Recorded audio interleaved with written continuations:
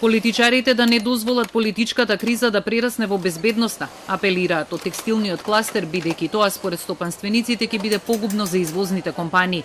Ако политичарите мислат само на партијата, државата ќе застрани од зацртаниот план, нестабилноста ќе се продлабочи, а тоа ќе влие на договорите со странство и планираните инвестиции.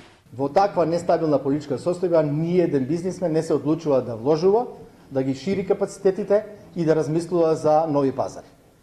Но ако, не дај Боже, таа нестабилност се зголеми и прерасне во некоја безбедносна криза, тогаш верувајте дека и ова што денес го работиме, ќе го немаме. Одржување на предвремени избори ќе донесе дополнително оптоварување за бизнисите, ќе се доведе во прашање мерката за субвенционирање на инвестициите што компаниите ги направиле лани. Сега сите чекаат ноември, ако почне нови избори, целата енергија ќе преиде во тие избори, сите ќе се занимаваме со политика, а ќе страда бизнисот. Но од тој бизнис очекуваме да ги полниме фондовите и да ги полниме буџетот и да ги зголемуваме социјалните давачки, така да ако бизнисот паѓа, верувајте, ќе паѓа целата економија и целата држава.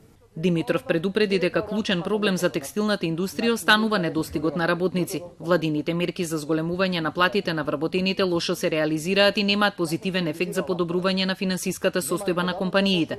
Подобри резултати се очекуваат од последниот предлог за замрзнување на придонесите, бидејќи ќе се овозможи повисоки плати за работниците без да се зголемат трошоците за работодавачите. Единствена слабост е ниската пензиска основица, но и тоа според Димитров може да се реши доколку работниците имаат избор дали сакаат повисока плата или повисока основица за пензија.